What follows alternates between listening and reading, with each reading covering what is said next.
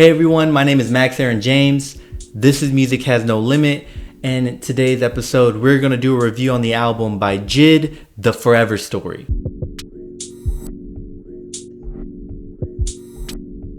First, I want to start by saying this album is amazing. Probably in my top 5 right now of the year. We're getting into the final quarter of the year, so being in my top 5 is pretty good. I really enjoyed this album. I think it was a perfect length. It wasn't too long, wasn't too short. I felt that it transitioned very well. The beat switches within the album were incredible.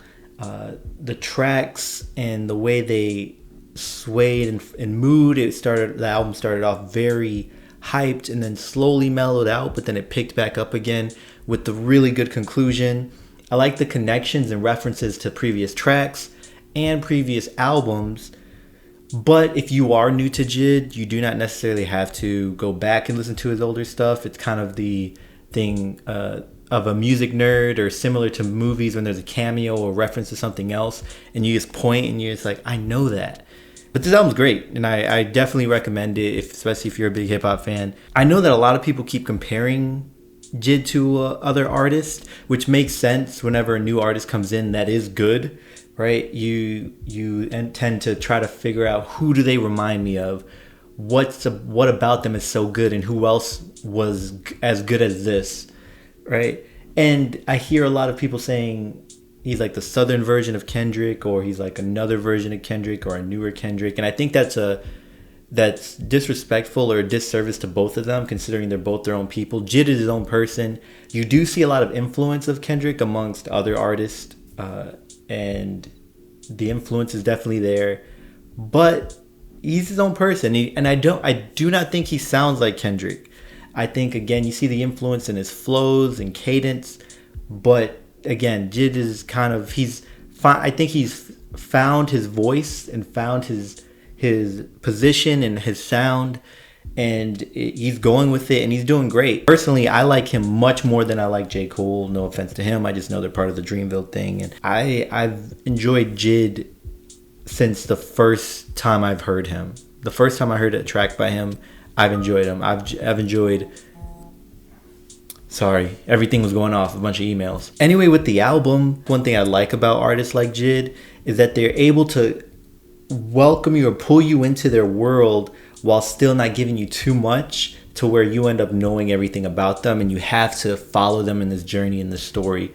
And I like that. I really liked in the beginning of the album, or not the beginning, the middle of the album, when it starts kind of mellowing out as far as the feeling of the instrumentation, just about family and growing up, and I related to a bit of it, and still being able to keep me interested musically or sonically when it comes to and having something to just play in the background. The features were incredible. Lil Wayne impresses me almost all the time with the recent features. I think there's only one feature, which was the Games album, where I kind of was disappointed with his verse.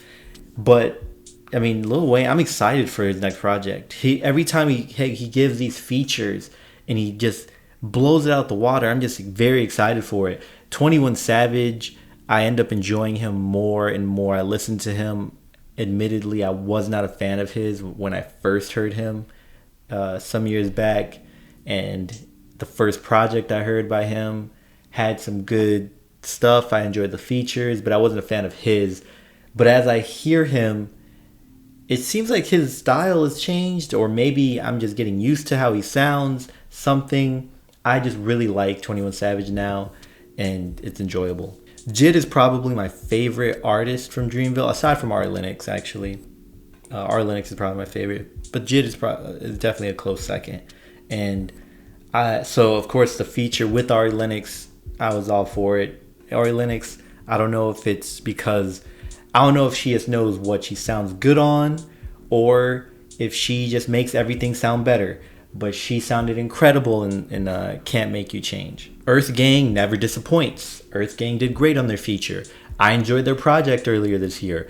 I look forward to seeing what else they do, and they might be in up there as the third of the people that I enjoy from that camp. Favorite tracks are Dance Now, Can't Make You Change, Cody Blue 31, System M, and King Punk Me Bitch. I think it's called King Punk Me. I give this project a solid 8. Actually, yeah, I'll give it a solid 8. I'll give it a solid 8. Again, definitely in my top 5 of the year so far. And I'd like to know what y'all think.